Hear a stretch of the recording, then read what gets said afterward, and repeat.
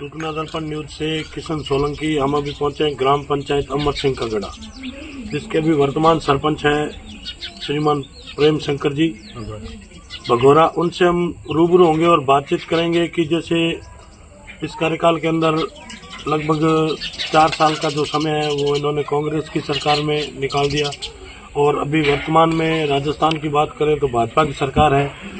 तो इनसे बातचीत करेंगे भी कांग्रेस की सरकार में अपनी ग्राम पंचायत अमर सिंह का गढ़ा में क्या क्या विकास हुआ है और आगे क्या विकास से वंचित है ग्राम पंचायत जिसको आप सफल करवाना चाहते हैं। सरपंच साहब नमस्कार। नमस्कार सर। सरपंच साहब, आपको यहाँ की जनता ने चुना है अमर सिंह जी का गढ़ा जो ग्राम पंचायत है वहाँ से सरपंच पद पे।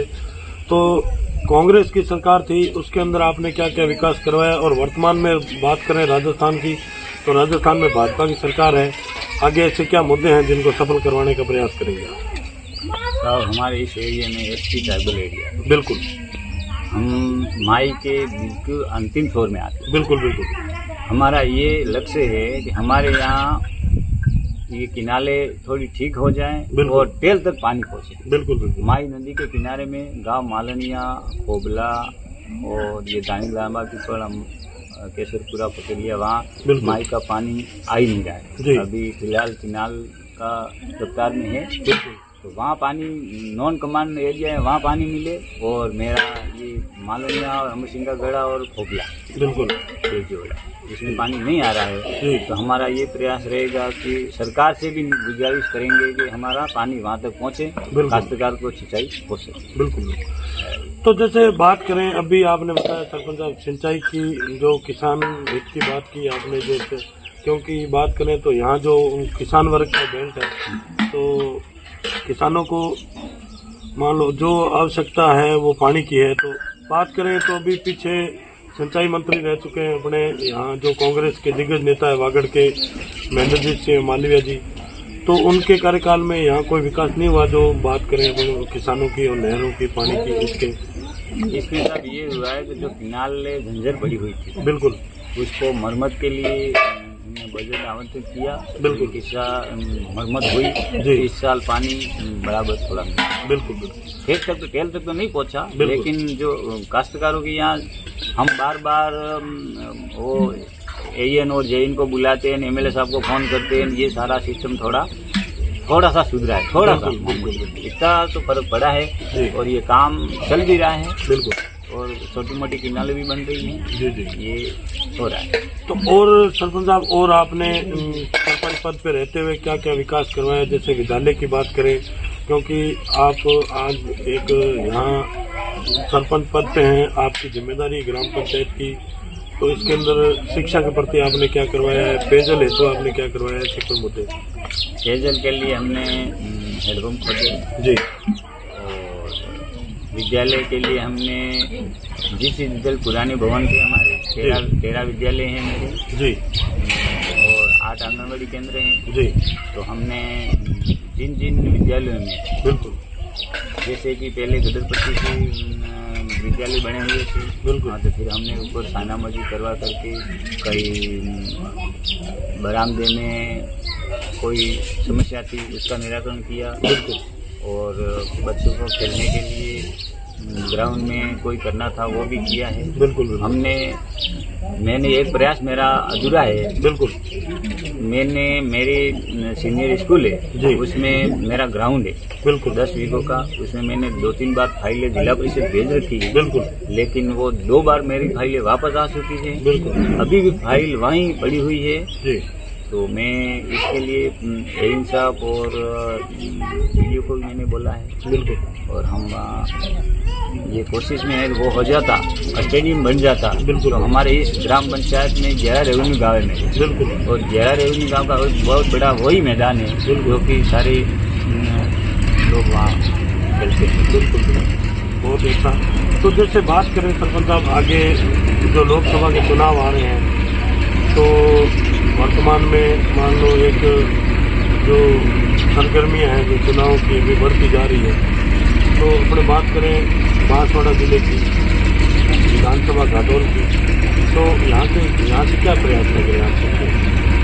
देखो साहब, वो बात तो मैं नहीं कह सकता हूँ, बिल्कुल क्योंकि ये राजनीतिक मुद्दा है बिल्कुल और हम सिर्फ निजी कड़ी में आते हैं। बिल्कुल बहुत बड़े हाईकमान जो फैसला करते हैं उसमें हम सहमत रहते हैं और इसी के साथ हम जनता के साथ मिलकर के हमारा प्रयास रहता है कोई भी कैंडिडेट बने लेकिन जनता के हित में काम करे। बिल्कुल बिल्कुल हमारा ये प्रयास रहता है बिल्कुल आप कोई भी कैंडिडेट बने जनता के बीच में आवे और जनता की जो भी समस्या है उसकी सुनवाई करके आगे तक पहुंचा करके जनता का काम करे। भाई किसी भी पार्टी का हो लेकिन जनता का काम धरातल पे काम होना चाहिए। बस हमारा यही मुद्दा रहता है और हमारी जनता का और हमारा यही प्रयास रहता है कि अधिक से अधिक काम जनता को मिले, फायदा मिले।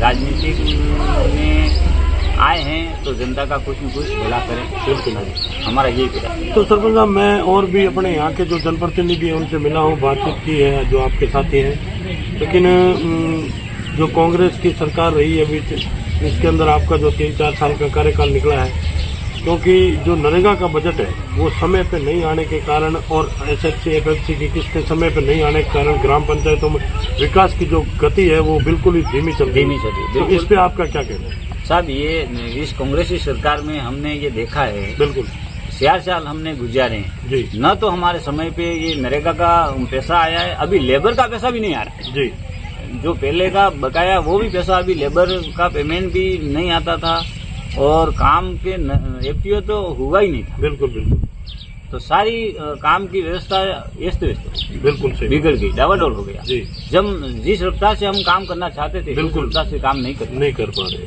पहले मैं 2015 से सरपंच हूँ, जी जी ये दूसरी बार हूँ, जी, लेकिन पहले वाले समय में मैंने बहुत नरेगा में बहुत काम करवाए, बिल्कुल स्कूल का मैदान भी करवा दिए, सारे कुछ करवाए थे, बिल्कुल, लेकिन इस कार्यकाल में हमारा बिल्कुल शून्य रहा। बिल्कुल बिल्कुल ये है। तो जैसे बात करें सरपंच साहब, अभी वर्तमान में है भाजपा की सरकार, ये जो कार्यकाल निकला आपका लगभग कांग्रेस की सरकार में, इसमें आपने जो विकास करे बजट है जो पीछे का बकाया पड़ा है, तो अभी वर्तमान में भाजपा की सरकार है, तो आपकी क्या उनसे गुहार रहेगी, क्या कहना चाहेंगे सरकार को बजट के बारे में? साहब, हम यही कहना चाहेंगे कि जनता के हित में, किसानों के हित में बिल्कुल सरकार कार्य करे, बिल्कुल तो जनता भी खुश रहेगी और हम भी जनता के हित में जो काम करेंगे बिल्कुल, हाँ, तो उसके लिए हम सर्वोपरि रहेंगे। बिल्कुल हमारा यही निवेदन है कि सरकार से कि अधिक से अधिक जो बेरोजगार हैं जिनको रोजगार दें, बिल्कुल,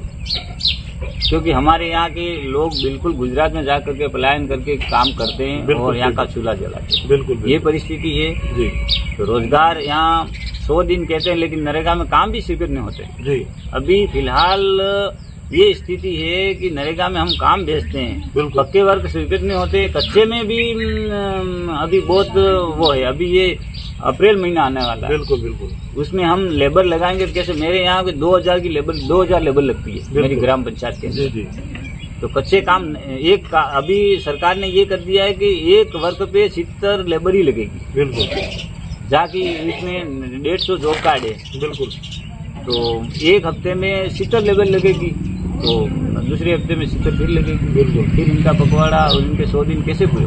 जी जी सही, ये नहीं होता है। बिल्कुल, तो मैं सरकार से यही कहना चाहता हूँ कि ज़्यादा से ज़्यादा 100 डेज लोगों को हो जाए, बिल्कुल, इतना काम स्वीकृत करें तो जनता के लिए फायदा हो। जी, बहुत ही अच्छा। तो ये थी हमारी खास मुलाकात अमर सिंह कगड़ा, जो वर्तमान सरपंच साहब है, श्रीमान प्रेम शंकर जी भगोरा, उनसे।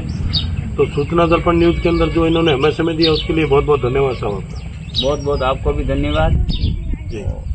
मैं आपसे यही कि आज हमारा ये संदेश है बिल्कुल, जो जिला परिषद और राज्य सरकार तक पहुँचे, बिल्कुल, और जनता के हित में फायदा मिले। बहुत बहुत धन्यवाद आपको।